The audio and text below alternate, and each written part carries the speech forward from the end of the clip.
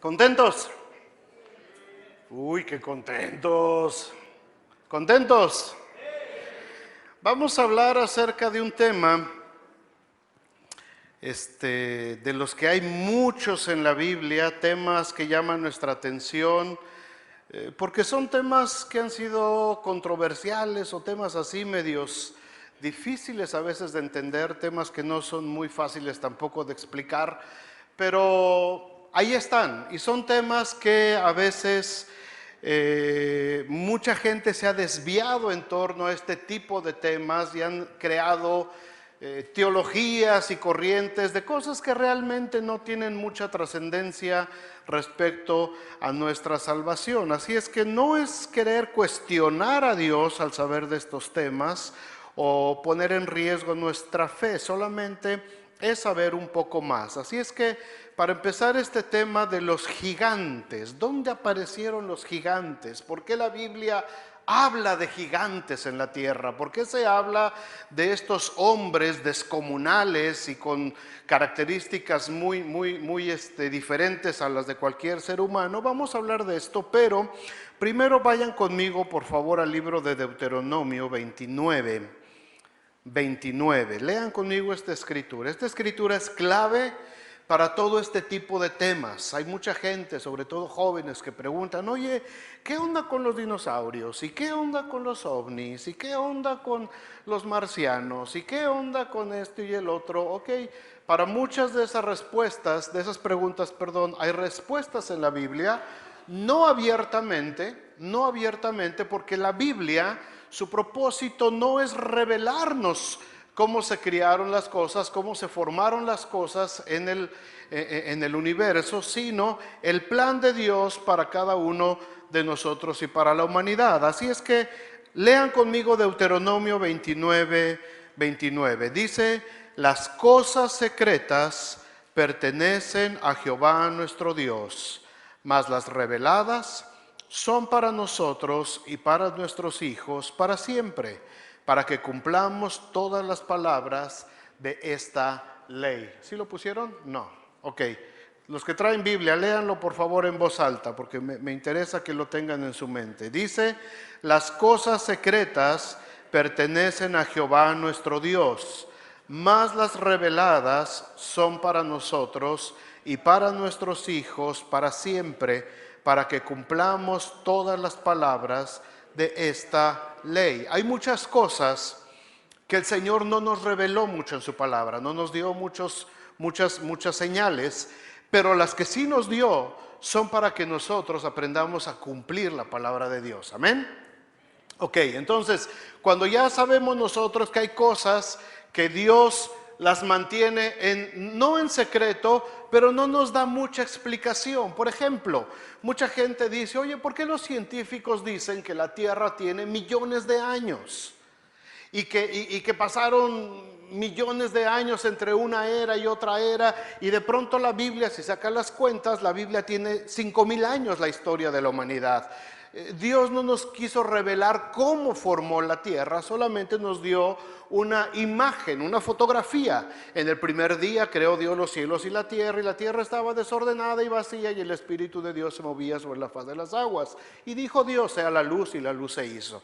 Y entonces empieza toda la creación. La Biblia dice un día, pero si a Dios le plació que ese día fueran 1,000 millones de años, ¿qué problema hay?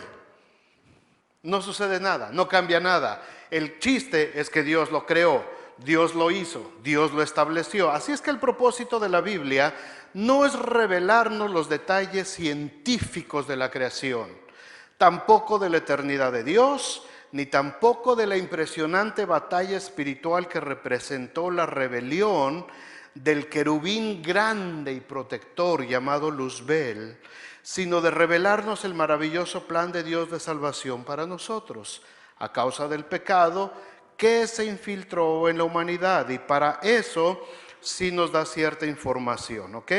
Pero esto no es para que perdamos el sueño o para hacer toda una teología de cada uno de estos temas, porque hay muchas iglesias que han basado su enseñanza y su teología en los extraterrestres, por ejemplo. O sea, ¿hay marcianos o no hay? Pues quién sabe. Y si los hay, pues bienvenidos y les vamos a predicar también a los marcianos. O sea, y si no hay, pues igual tampoco, no nos pasa nada. Me conformo con que hay seres humanos que puedo ver yo aquí. ¿Para qué me estoy preocupando si hay marcianos?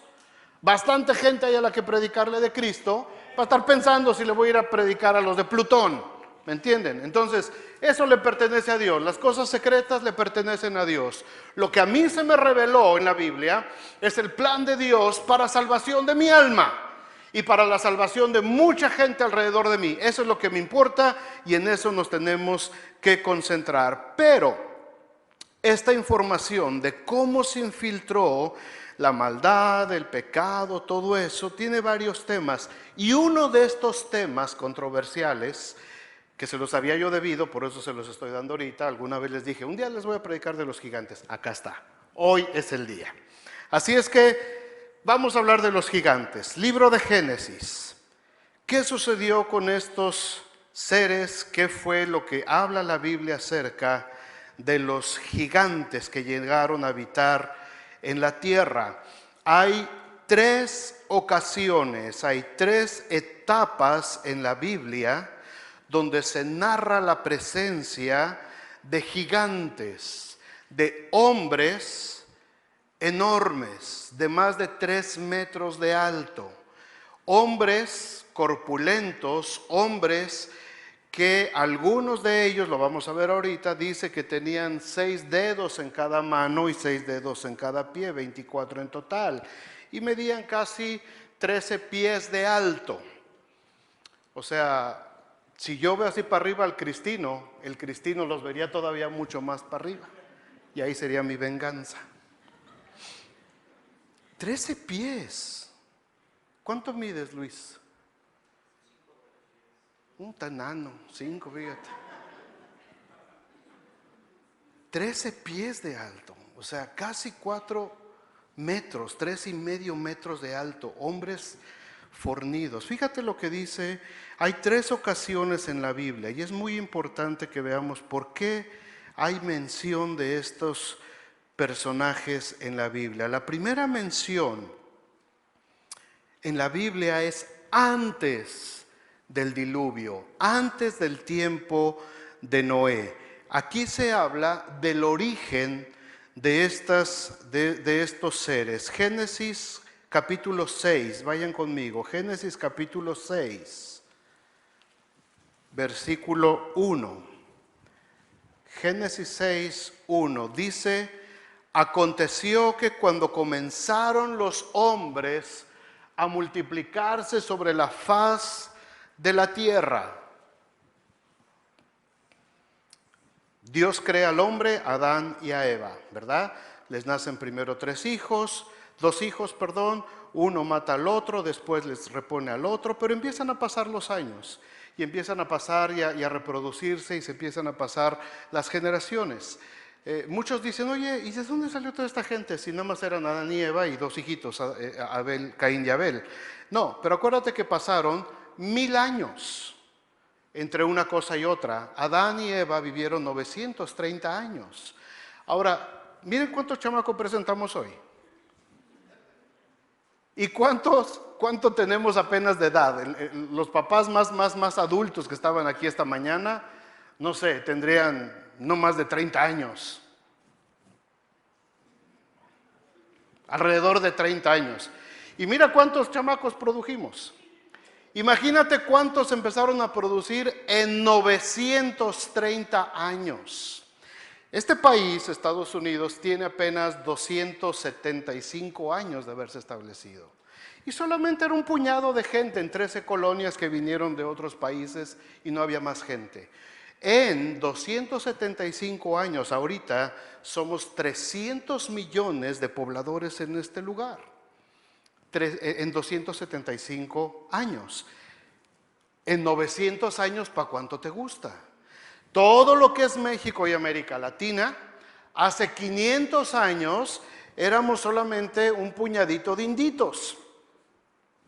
Hace 500 años. Llegaron de otros pueblos, de otros países, nos colonizaron, empezó a crecer la raza, nos multiplicamos, nos conocimos y aquí y allá. Y ahora son más de 100 millones de mexicanos, más todo Centroamérica, más todo Sudamérica, cientos de millones de personas en 500 años.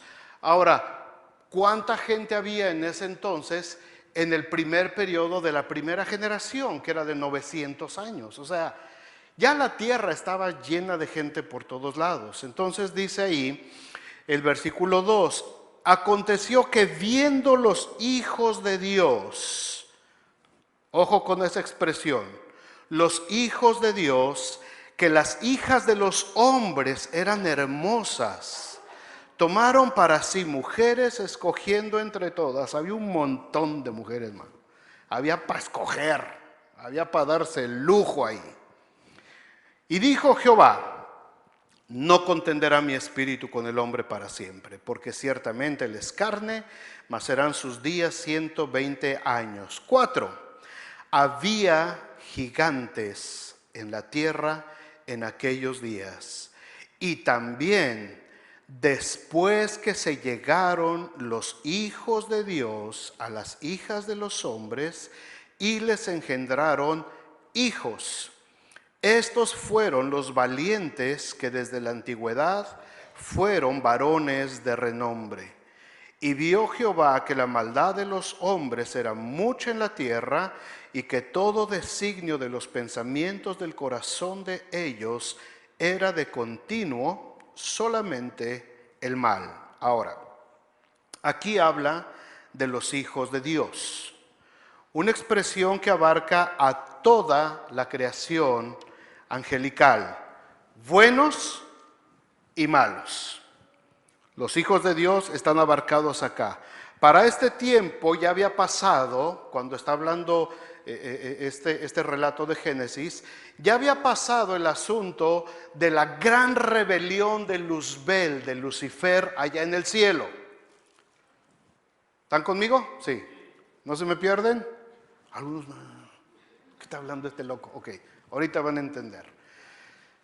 Antes de la creación del ser humano y de todo el planeta Tierra, ya había pasado una batalla gigantesca allá donde está el Señor, y en el trono de su gracia, el querubín grande y protector, el que estaba encargado de proteger el trono de Dios, el que era el que producía la alabanza, el líder de la alabanza, era el que ya se había revelado, se llenó de soberbia, se rebeló y se convirtió en lo que ahora conocemos como Satanás, y tuvo que ser arrojado a la tierra por haberse rebelado en contra de Dios. Cuando encontramos el relato de la creación del hombre y la mujer en el huerto de Edén, ya estaba la serpiente ahí, ¿verdad que sí? ¿A qué hora llegó la serpiente? Ese es tema para otra plática. ¿A qué hora apareció la serpiente por ahí? Pero fíjense, para que nos demos una pequeña idea de lo que fue esta batalla, Apocalipsis 12:3 nos habla un poquito de lo que pasó antes, en este tiempo. Apocalipsis 12:3 dice, también apareció otra señal en el cielo, he aquí un gran dragón escarlata que tenía 7 cabezas y 10 cuernos, y en sus cabezas 7 diademas, y su cola arrastraba la tercera parte de las estrellas del cielo y las arrojó sobre la tierra. Y el dragón se paró frente a la mujer que estaba para dar a luz, a fin de devorar a su hijo tan pronto como naciese.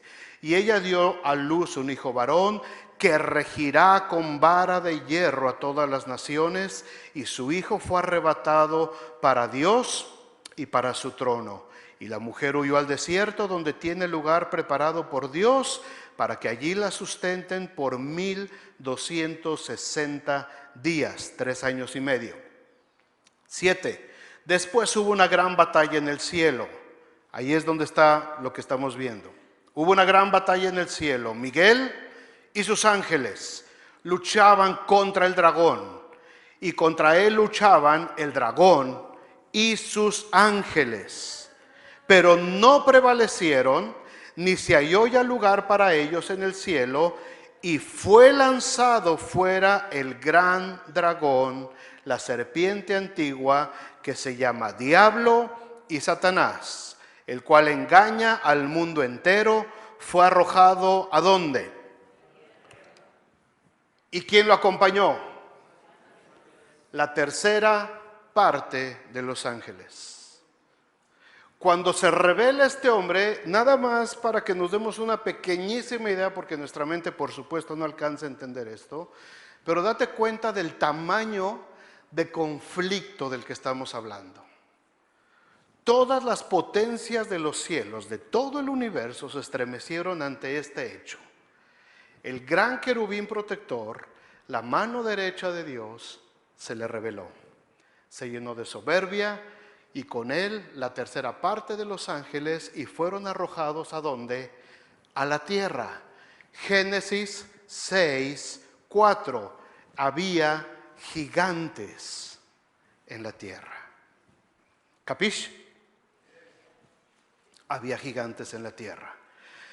Estos hombres, estos ángeles caídos, formaron lo que se llama una raza que en hebreo se le conoce como los Nefilim.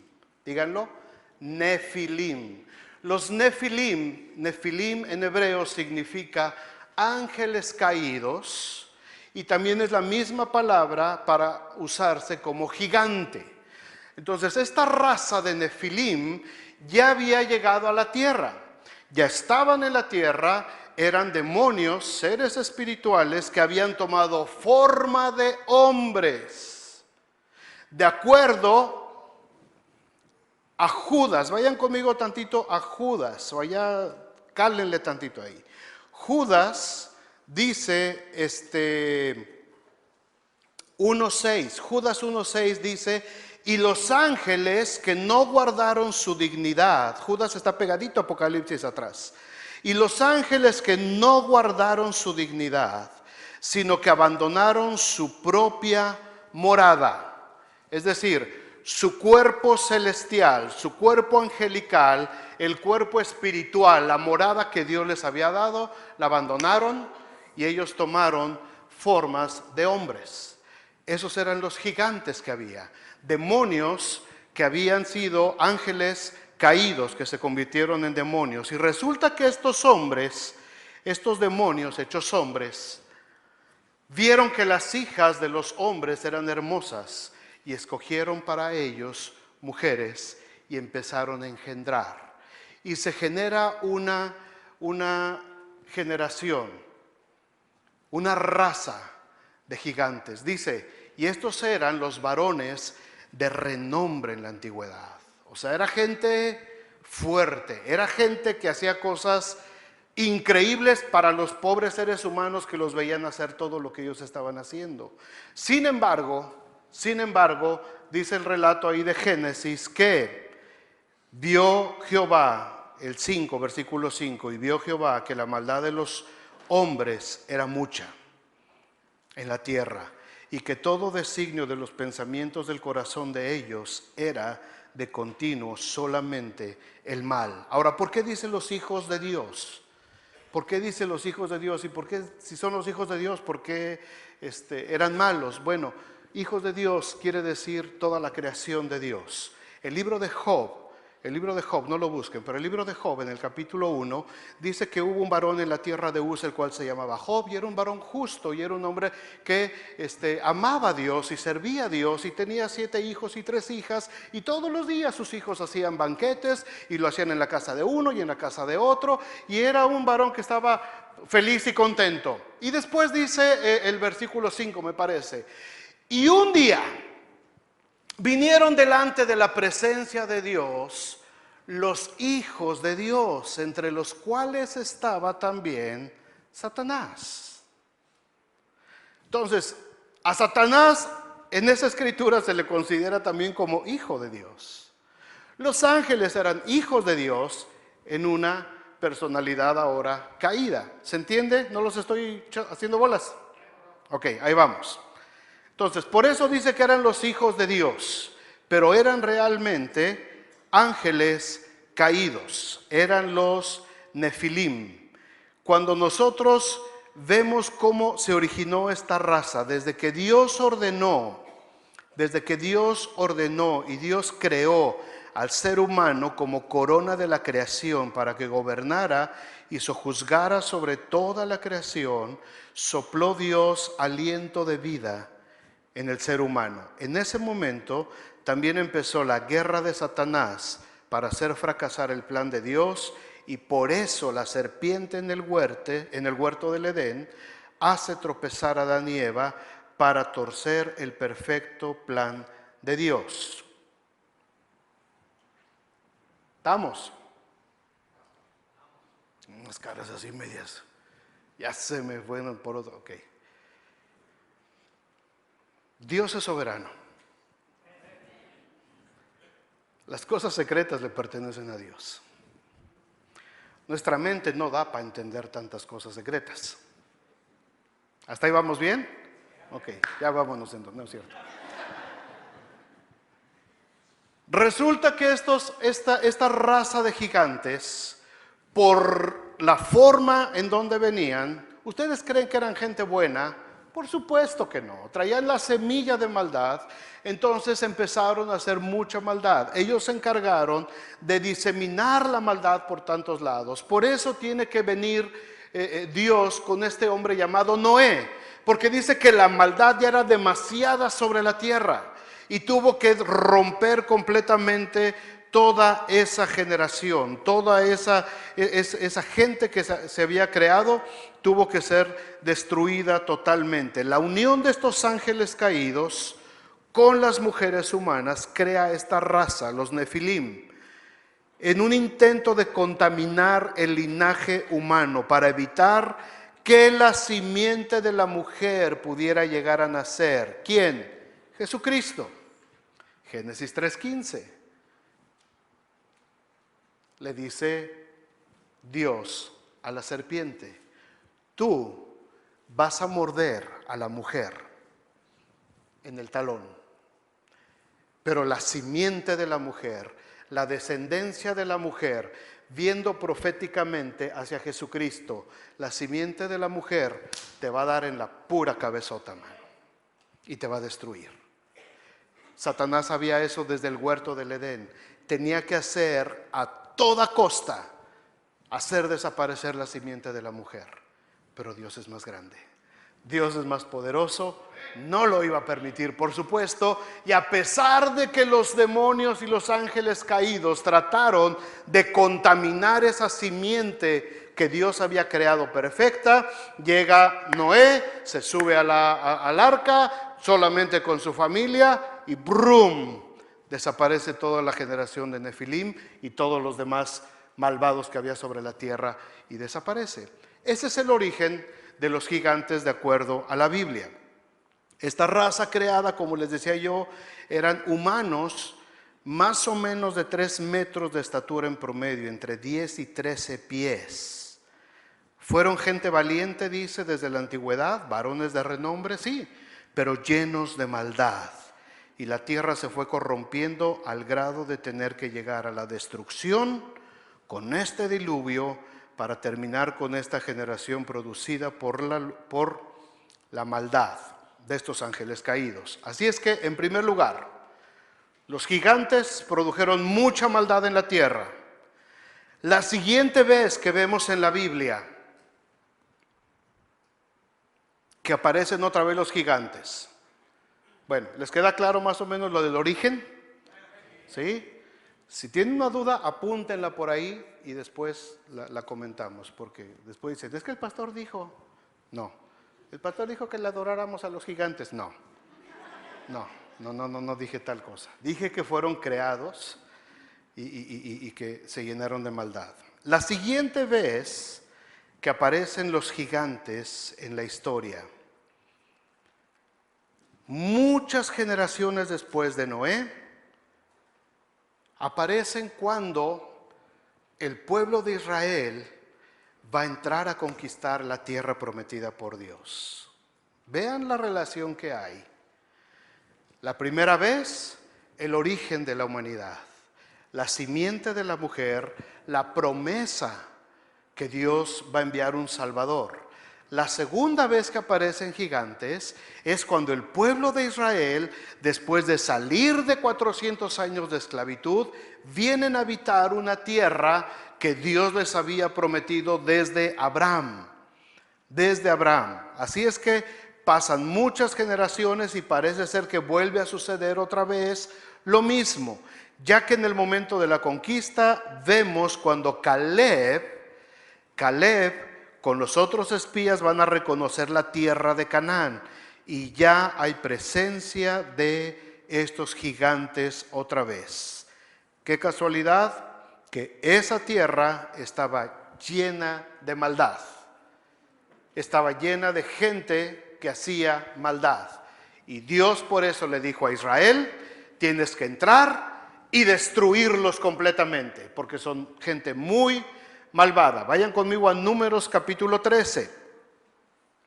Números capítulo 13. Fíjense lo que pasa ahí al momento de la conquista, versículo 30. Moisés manda a 12 varones. Están ellos acampados de este lado del río Jordán, y después del río Jordán empezaba la tierra de Canaán, la tierra prometida. Y manda Moisés a 12 varones para que vayan a investigar y vean pues, cómo está la tierra que nos toca, ver qué cosa hay, a qué nos vamos a enfrentar, cómo le vamos a hacer para entrar. Manda a los 12 varones y los 12 varones regresan con noticias. Y les dicen, Caleb en el versículo 30, entonces Caleb hizo callar al pueblo delante de Moisés y dijo: subamos luego y tomemos posesión de la tierra, porque más podemos nosotros que ellos. O sea, Caleb se envalentonó. Versículo 31. Mas los varones que subieron con él dijeron: no podremos salir contra aquel pueblo porque es más fuerte que nosotros. Y hablaron mal entre los hijos de Israel de la tierra que habían reconocido, diciéndoles: la tierra por donde pasamos para reconocerla es tierra que traga a sus moradores. Y todo el pueblo que vimos en medio de ella son hombres de ¿qué? Nefilim, hombres de gran estatura. También vimos ahí ¿qué? Gigantes, hijos de Anac, raza de los gigantes. Y éramos nosotros, a nuestro parecer, como langostas. Y ellos así nos veían también, como langostas. Imagínate al hombrezón aquel, de 13 pies de alto, viendo hacia abajo a los israelitas. ¿Cuánto tiene esta plataforma de alto? Señor, mídale. ¿2 pies? ¿3? Y yo otros 3, no hombre, el doble. Imagínate hasta dónde estaba. Yo creo que cerca de donde está por ahí serán 13 pies, más para arriba. ¿Dónde está el Cristino? ¿Qué está? Mi medidor oficial. ¿Para dónde te gusta 13 pies? ¿Abajo de la lámpara? De ese tamaño los hombrecitos, imagínense. O sea, si le decías cámbiame el foco, no me lo hacía así. Dice, y nosotros les parecíamos como, pues sí, como langostas. Como langostas. Caleb dijo, vamos, sí podemos. Caleb también era otra langosta. Pero Caleb había pasado mucho tiempo en la presencia de Dios junto con Moisés. Y Caleb sabía todo lo que Dios les había prometido por medio de Moisés. Y Caleb dijo, vamos, sí vamos a poder. Y los demás empezaron a meter miedo. Durante el tiempo de la conquista, hermanos, estaba establecida la tierra de los gigantes de este lado del Jordán, antes de que entraran a la tierra de Canaán, a Jericó, en la parte del desierto, antes de entrar, Deuteronomio capítulo 2. Es muy importante tener esto en mente. Deuteronomio capítulo 2, versículo 9. En estos capítulos Moisés está haciendo un recuento de todo lo que pasaron ahí en el desierto. Y dice Deuteronomio 2, 9. Y Jehová me dijo, no molestes a Moab, ni te empeñes con ellos en guerra, porque no te voy a dar posesión de su tierra, porque es la tierra que yo le di a Ar por heredad a los hijos de Lot. Esta es otra historia. Pero le dice Dios a Moisés, con esa tierra no te metas, déjalos en paz ahí. Versículo 10, los emitas habitaron en ella antes, pueblo grande y numeroso. ¿Y qué? Alto como los hijos de Anac. Por gigantes eran ellos tenidos también como los hijos de Anac, y los moabitas los llamaban emitas. Versículo 19, más abajito. Y cuando te acerques a los hijos de Amón, le dice Dios a Moisés, no los molestes, no contiendas con ellos, porque no te voy a dar la tierra de los hijos de Amón, porque ya se la di a Lot. Y pone la advertencia, por tierra de gigantes fue también ella tenida. Habitaron en ella gigantes en otro tiempo, a los cuales los amonitas llamaban somsomeos. Pueblo grande y numeroso y alto como los hijos de Anac, a los cuales Jehová, ¿qué? Destruyó. Estaban destruidos. Dice, no te metas con la tierra, porque aquí se puede malinterpretar. O sea, no tenemos que enfrentar a los gigantes. No, los gigantes ya habían sido destruidos por Jehová. ¿Estamos? Ya los gigantes habían sido destruidos. Ahora les está hablando solamente de la tierra. Esa tierra donde vivían antes los gigantes, yo se la di a Lot. Ahí no te metas y no les eches bronca ahí. Esto es muy importante, hermanos. Era una parte solamente de la tierra. Porque muchas veces cuando se habla de la tierra prometida, se tiene la idea, yo lo he escuchado en predicadores que dicen, es que la tierra de Canaán estaba plagada de gigantes. No, solamente era una pequeña parte de la tierra prometida, y era de este lado del Jordán donde estaba este grupo que habían sido de gigantes. Es solamente una pequeña parte de Nefilim que vivían ahí, producida por estos ángeles caídos. Entonces, solamente una pequeña región. Pero fíjense aquí lo importante es lo que dice Caleb. Vamos, le entramos, sí podemos. Imagínense. O sea, yo no sé si de aquí yo me atrevería, ¿no? Oye, hay unos cuates de ese tamaño, mano, vamos a echarnos un trompo con... ¿Quién le entra a los trompos aquí? No, pues, yo aviento a José Sarmiento primero por delante de mí, después a Cristino, que son los más gallitos acá. Pero de ahí, yo no sé. Imagínate el tamaño. Y Caleb dice, vamos, sí lo podemos hacer, sí lo podemos hacer. Empieza entonces el tiempo de la primera conquista del desierto, del otro lado del Jordán. Todavía no entran a la tierra prometida, todavía no entra Josué en acción, todavía no se caen las murallas de Jericó, antes de que Israel entre a la tierra. Y fíjense lo que pasa en Deuteronomio capítulo 3. Interesante. Deuteronomio capítulo 3, versículo 8 dice... También tomamos, sigue Moisés hablando, dando un recuento de lo que hicieron. Y dice Moisés, también tomamos en aquel tiempo la tierra desde el arroyo de Arnón hasta el monte Hermón, de manos de los dos reyes amorreos que estaban a este lado del Jordán. Los sidonios llaman a Hermón Sirión y los amorreos Senir. Todas las ciudades de la llanura y todo Galad y todo Basán, hasta Salca y Edrei, ciudades del reino de Og de Basán.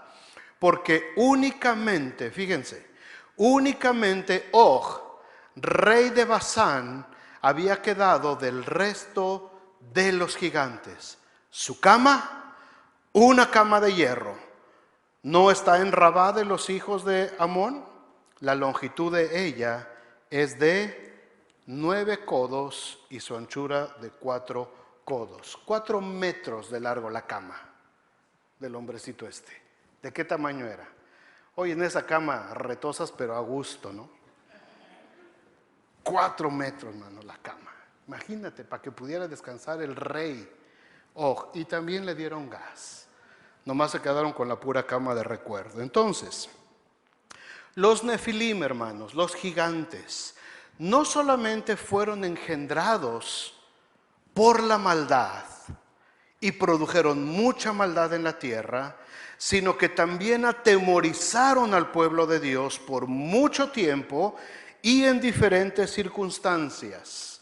Pero la tercera vez que se vuelven a mencionar los gigantes es para borrarlos de la Biblia por completo. Vayan conmigo allá al primer libro de Samuel.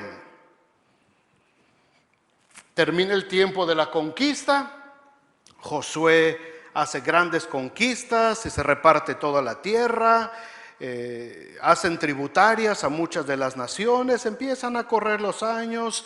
Viven más o menos un periodo de 400 años de guerras constantes con la gente. De ahí pasa todo el periodo de los jueces y de pronto entramos a la época dorada de Israel, la época de la monarquía, la época de los reyes. Cuando empieza el rey Saúl, ¿verdad? Le piden a Samuel que necesitan un rey y entonces escogen a Saúl, que era un hombre muy alto, muy apuesto, muy arrogante, muy bien presentado el hombre, lo ponen como rey. Dice que de toda la raza que estaba ahí, la cabeza de Saúl sobresalía sobre el hombro de todos los demás. Así es que este grandote, vente para rey. Se agarraron un grandote, lo pusieron de rey. Saúl se llena de soberbia, comete un sinfín de errores y entonces Dios lo tiene que remover. Y Dios entonces tiene que ungir, apartar a un muchachito llamado David, para que él sea el que va a tomar el reino, el trono de la nación de Israel. Y qué casualidad que la entrada triunfal de David en la vida pública de Israel es a través de ¿qué? ¿Qué fue lo primero que hizo David? Mató a Goliat. ¿Quién era Goliat? Un gigante de los hijos de Anac, de la tribu de los anaseos. Es interesante esto. ¿Por qué David? ¿Por qué a David? Ya pasaron 400 años en los que no hay registro de ningún nefilim en la Biblia. Pero ahora que aparece David en escena, ahora que aparece el hombre sobre el cual Dios va a establecer un reino que se va a firmar por toda la eternidad y a través del cual Jesucristo en esa línea de descendencia iba a llegar miles de años después, qué casualidad que de pronto aparece un gran paladín, hijo de Anac, un anaseo, un gigante enorme, amedrentando a las poderosas escuadras del pueblo de Dios, de Israel. ¿Casualidad? Dice por ahí un cómico, ¿destino o coincidencia? En 400 años no hay registro de anaseos. Y de pronto, primero de Samuel, capítulo 17.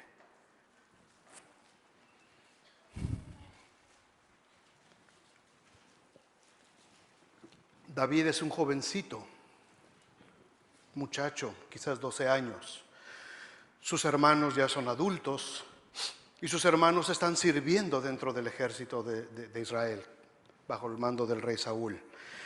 Y su papá Isaí le dice a David, David, ve a llevarles pan y queso a tus hermanos porque están en medio de la guerra. Y llega David con el pan y el queso para darle sustento a sus hermanos. Y estaba platicando con ellos, capítulo 17, versículo 23. Y mientras él hablaba con ellos, he aquí que aquel paladín que se ponía en medio de los dos campamentos, que se llamaba Goliat, el filisteo de Gat, salió de entre las filas de los filisteos y habló las mismas palabras y las escuchó David, las oyó David. Y todos los varones de Israel que veían a aquel hombre huían de su presencia y tenían ¿qué? Gran temor. Porque los gigantes no solamente siembran maldad, sino que producen temor. 25. Y cada uno de los de Israel decía, ¿no habéis visto aquel hombre que ha salido? Él se adelanta para provocar a Israel. Al que le venciere, el rey Saúl le enriquecerá con grandes riquezas, le va a dar a la hija y aparte le va a dejar que no pague impuestos a toda la casa de su padre en Israel. 26. Entonces habló David a los que estaban junto a él diciendo: ¿qué harán al hombre que venciere a este filisteo y quitare el oprobio de Israel? Porque ¿quién es este filisteo incircunciso para que provoque a los escuadrones del Dios viviente? Este David era una pulga de esas que brincan grueso, chamaco de 12 años. Todos los grandes guerreros muertos de miedo. Y este niño dice: ¿y este incircunciso quién es? ¿Por qué va a provocar a los escuadrones del Dios viviente? Y David decide enfrentar las amenazas del gigante, va con Saúl, lo convence, Saúl le presta su armadura, y dice el versículo 38, y Saúl vistió a David con sus ropas y puso sobre su cabeza un casco de bronce y le armó de coraza, y ciñó David su espada sobre sus vestidos y probó a andar, porque nunca había hecho la prueba. Y dijo David: Saúl, yo no puedo andar con esto, mano. Soy un chamaco de 12 años y tú eres un grandulonón de acá. Imagínate cómo andaba con esa cosa. El casco le quedaba como de fútbol americano. Dice: yo no puedo andar con esto. Nunca he practicado con esto. Y David echó de sí aquellas cosas. Versículo 40. Tomó su cayado de pastor en su mano, fue al río, escogió 5 piedras lisas y las puso en su saco pastoril, en el zurrón que traía, y tomó su honda en su mano y se fue hacia el filisteo. ¿Cuántas piedras recogió David? ¿En dónde las recogió? ¿Cómo eran las piedras? Ok, ténganlo en cuenta porque esto es muy importante. Aquí hay sabiduría. Ahora fíjate lo que sucede con este Nefilim, descendiente de esa aberración en la que Satanás trató de ensuciar el linaje de la humanidad para impedir que la salvación llegara a la humanidad. Versículo 42 de ese mismo capítulo.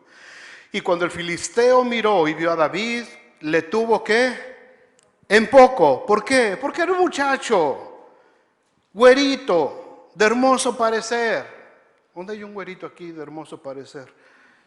No, Tacani. No, estás lejos. Años luz. Habría que echarte. Bueno, no. La mamá orgullosa. Está en su clase, dice. Más o menos ahí, ¿no? Nos da la idea. Ok. Fíjate, lo tuvo en poco porque era muchacho, rubio, de hermoso parecer. Y dijo el filisteo a David: ¿soy yo perro para que vengas a mí con palos? Y maldijo a David por todos sus dioses. Dijo luego el filisteo a David: ven a mí y daré tu carne a las aves del cielo y a las bestias del campo. Entonces dijo David al filisteo: tú vienes a mí con espada, lanza y jabalina, mas yo vengo a ti en el nombre de Jehová de los ejércitos, el Dios de los escuadrones de Israel, a quien tú has provocado.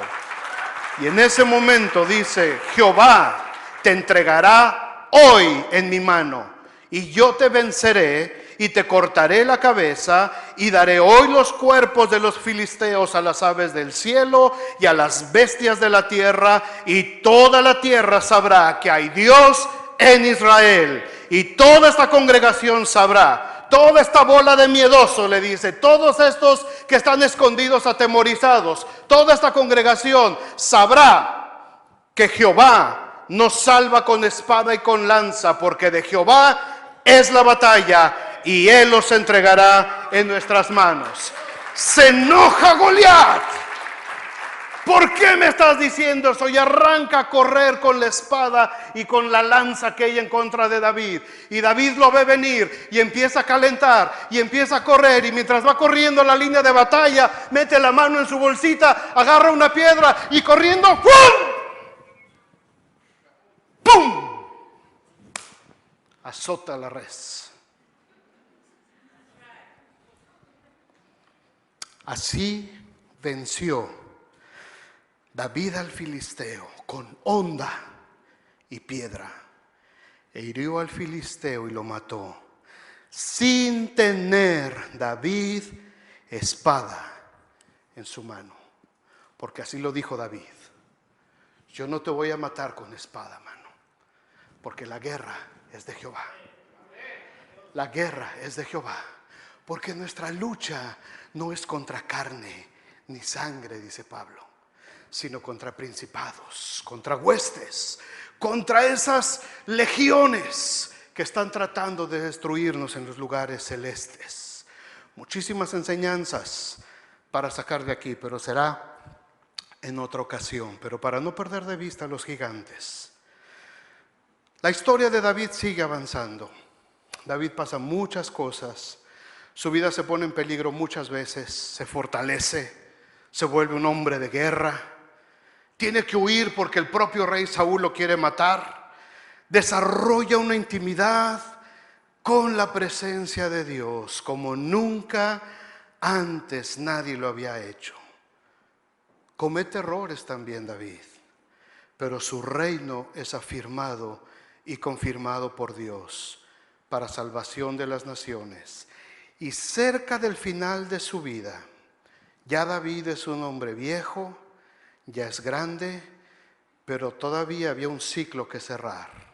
Y Dios lo usa para cerrar este ciclo de maldad y de temor de esta raza de Nefilim, y para ponerle un escarmiento a Satanás, que quiso destruir el plan de Dios. Segundo libro de Samuel,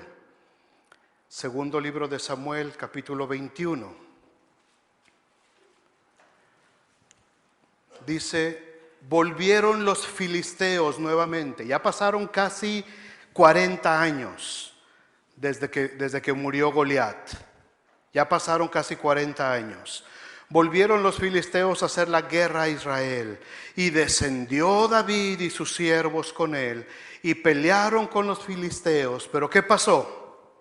¿Qué dice ahí? David se cansó. David se cansó. Segundo de Samuel 21. Segundo de Samuel 21:15. Y David se cansó. ¿Por qué? David era hombre, David era ser humano. Ya estaba viejo, ya estaba cansado, ya había librado muchas batallas para librar a Israel de mano de muchos enemigos.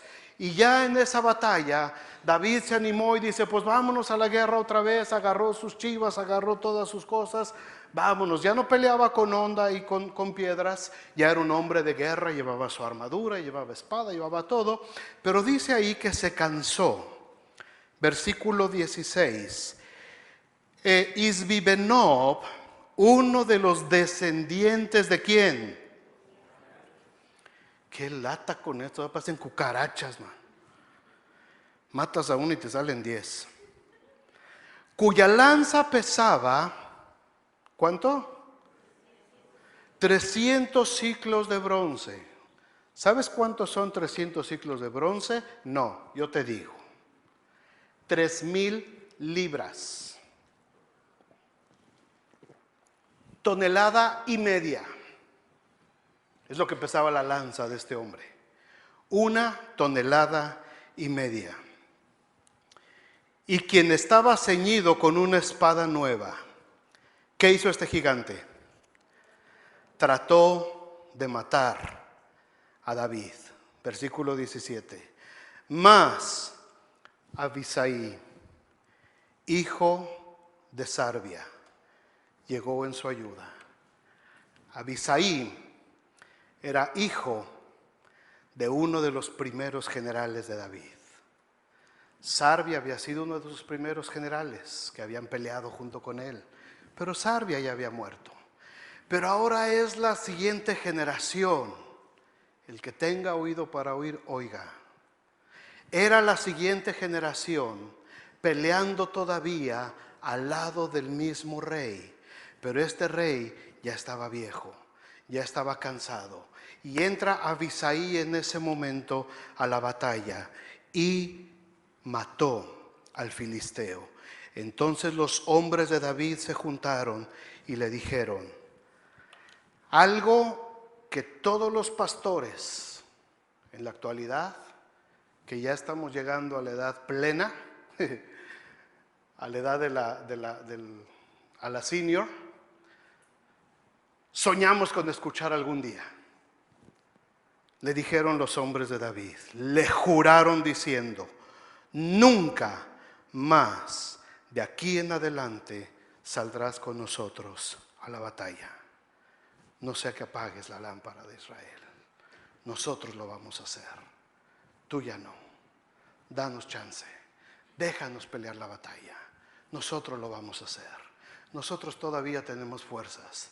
Tú ya te cansas, mano. Tú ya te caes. Por poco te mata el gigante. Nosotros lo vamos a hacer. Se lo juraron en ese día. Yo todavía aguanto unos trancazos más, pero ya dentro de poco ya no voy a aguantar. Y espero que haya una siguiente generación que diga, pastor, ya no, danos chance, nosotros lo vamos a hacer. Sería una bendición. Estos hombres consideraban a David su lámpara, su líder, su guía, y lo cuidaron hasta el final. No solamente le juraron que lo iban a hacer, no solamente le dijeron, ya no, David, nosotros lo vamos a hacer. Lo hicieron, versículo 18. Otra segunda guerra hubo después, en Gob contra los filisteos. Entonces Sibecai mató a Asaf, quien era uno de los descendientes de los gigantes, otra vez. Versículo 19. Hubo otra vez guerra en Gob contra los filisteos, en la cual Elhanán, hijo de Jaré Oregim de Belén, de la misma ciudad de David, mató a otro que también se llamaba Goliat, geteo, el asta de cuya lanza era como el rodillo de un telar. Después hubo otra guerra en Gat, donde había un hombre de gran estatura, el cual tenía 12 dedos en las manos y otros 12 en los pies, 24 por todos. Y también era descendiente de los gigantes. Este desafió a Israel y lo mató Jonatán, hijo de Simea, hermano de David, su sobrino. El sobrino de David mata a este gigante. ¿Se dan cuenta? En las siguientes batallas ya no aparece David. Ahora es la siguiente generación la que está enfrentando las batallas, a los que se les enfrentan los gigantes y a los que ellos derrotan en el nombre del Señor. Versículo 22. Estos 4 eran descendientes de los gigantes de Gat, los cuales cayeron por mano de David y por mano de sus siervos. ¿Cuántas piedras puso David en su bolsita cuando era jovencito? ¿Cuántos gigantes mataron él y sus hombres? 4 aquí, más Goliat. 5. ¿Casualidad? ¿Profecía? La Biblia no pone datos por poner. La Biblia no pone referencia solamente por poner. Porque pudo bien haber dicho, fue y agarró unas piedras. Pero especifica el escritor sagrado diciendo, puso 5 piedras, porque había 5 nefilim que tenían que ser aniquilados, que tenían que ser destruidos. Cuando David, el hijo de Isaí de Belén, el dulce cantor de Israel, el hombre conforme al corazón de Dios, cierra este capítulo de la historia de los nefilim, que inició en Génesis capítulo 6, miles de años atrás. Esa semilla de maldad, esa semilla de temor que fue sembrada en la humanidad por ángeles caídos, fue erradicada de la tierra para siempre. A partir de ahí, jamás se vuelven a mencionar gigantes en la Biblia. Ahí termina la historia de los gigantes. ¿Por qué? Porque el rey sobre el cual Dios habló y dijo, afirmaré tu reino para siempre, y de ti me saldrá el que será el libertador de las naciones. Lo juró, lo cumplió. Dios habló y Dios lo hizo, hermanos. Sin embargo, la influencia espiritual de estos gigantes, hermanos, sigue morando entre nosotros. Estos gigantes sembraron maldad en nuestras generaciones pasadas. En nosotros, por eso cometimos tantos errores. Por eso nosotros, todos los que estamos aquí, fuimos presa del pecado. Vivimos en prisiones de oscuridad, egoísmo, soberbia, lujuria, vicios, adicciones, violencia, iras, griterías, maldiciones, cadenas generacionales. Vivimos totalmente alejados de Dios. ¿De dónde nos sacó el Señor? A todos nosotros. De prisiones de oscuridad. De esa influencia que Satanás dejó todavía en medio de la tierra. Y en medio de esa influencia, nosotros nos desviamos y el profeta Isaías dijo: cada uno de nosotros se descarrió como oveja. Cada quien agarró por su propio camino. Mas Jehová cargó en la raíz del león de Judá el pecado de todos nosotros. ¿Y qué decir del temor? ¿Cuántas veces el temor nos paralizó para no poder desarrollar nuestra vida? ¿Cuántas metas se vinieron abajo en nuestras vidas, hermanos, por miedo a esos problemas gigantes, a esos nefilim espirituales que venían a atemorizarnos con sus enormes lanzas y sus grandes espadas? ¿Cuántas veces nos metimos debajo de las cobijas muertos de miedo? ¿Y cuántas veces hemos vivido aparentando que estamos bien, cuando por dentro estamos sintiendo temor? ¿Cómo estás? Bien. Pero solamente cuando llegas a tu cama en la noche y te acuestas, es cuando esos gigantes empiezan a aparecer.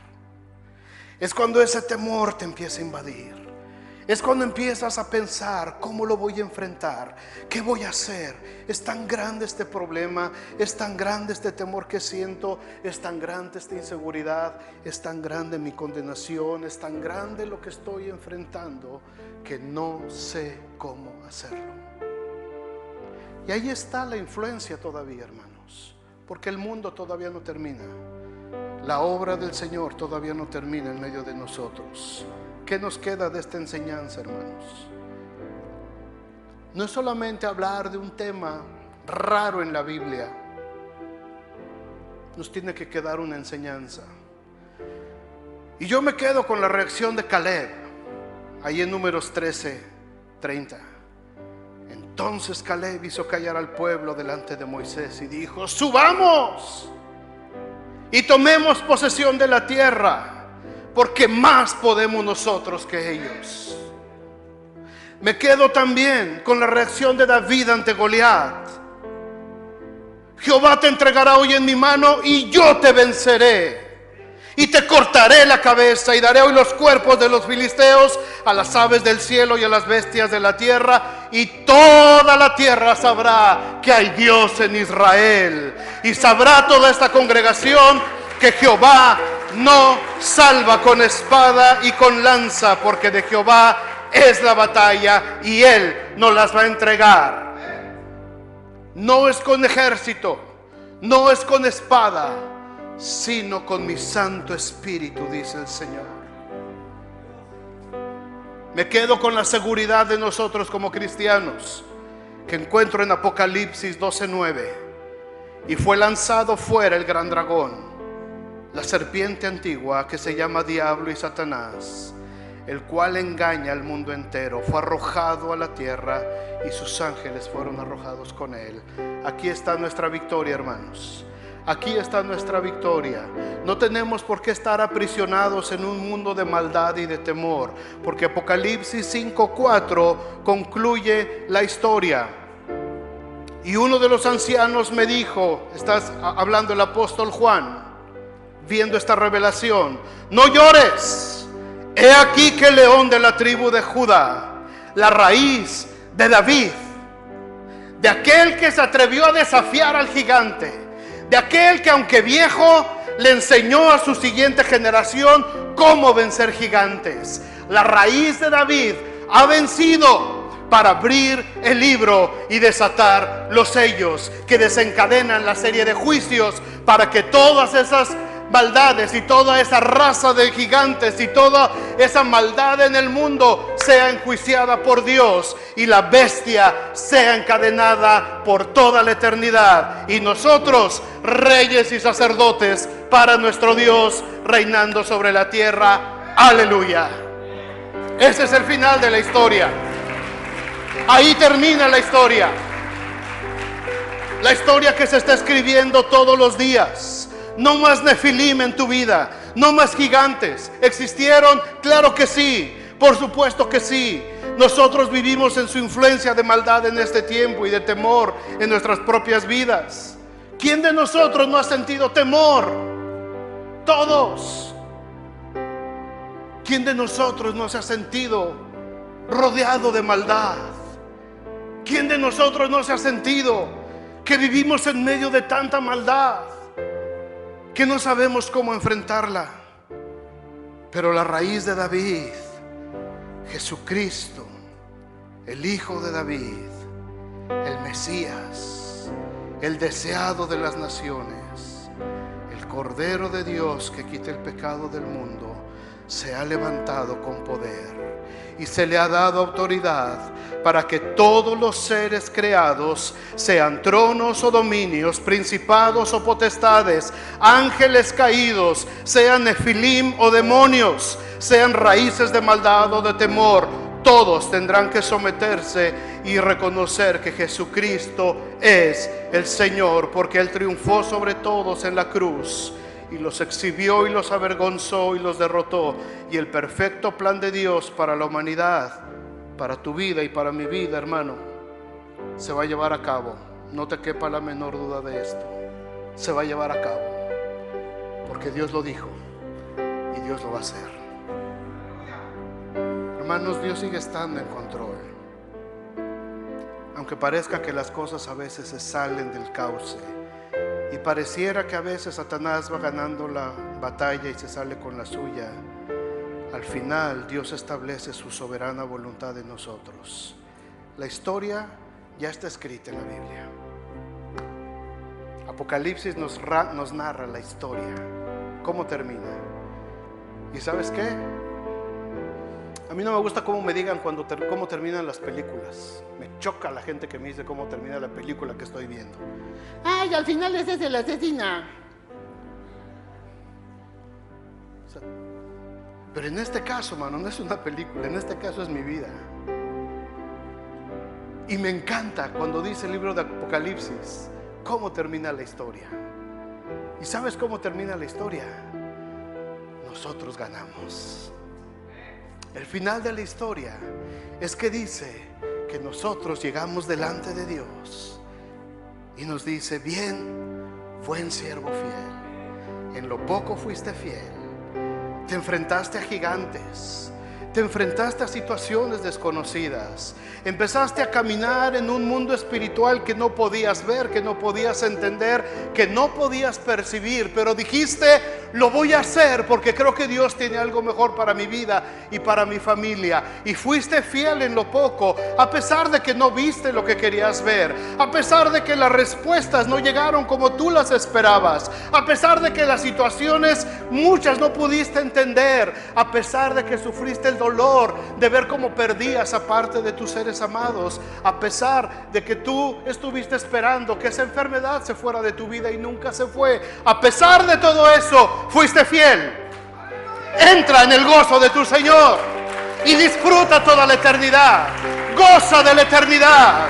Ven con tu Señor, y al que venciere le daré que se haga columna en el templo de mi Dios. Y al que venciere le voy a dar una piedrita blanca, y tiene un nombre nuevo que nadie conoce, sino solamente aquel que la recibe. Tengo un nombre nuevo en la gloria. Tengo un nombre que Dios ha reservado para mí. Gracias a Dios por el nombre que mis padres me pusieron. Gracias a Dios por el nombre que estos hermanos le pusieron a sus hijos. Pero Dios ya tiene un nombre nuevo para mí y tiene una nueva esperanza para mí. Y el final de la historia dice que cuando Satanás vio todo esto, Dios lo tuvo que amarrar por toda la eternidad. Y entonces establecieron cielos nuevos y tierra nueva. Y entonces empieza la verdadera historia. En el principio creó Dios los cielos y la tierra. Pónganse de pie. Señor, muchas gracias. Gracias, Padre. Gracias. Porque en tu palabra, Señor, encontramos esperanza. En tu palabra, Señor, encontramos paz. En tu palabra, Señor, encontramos palabras de salvación.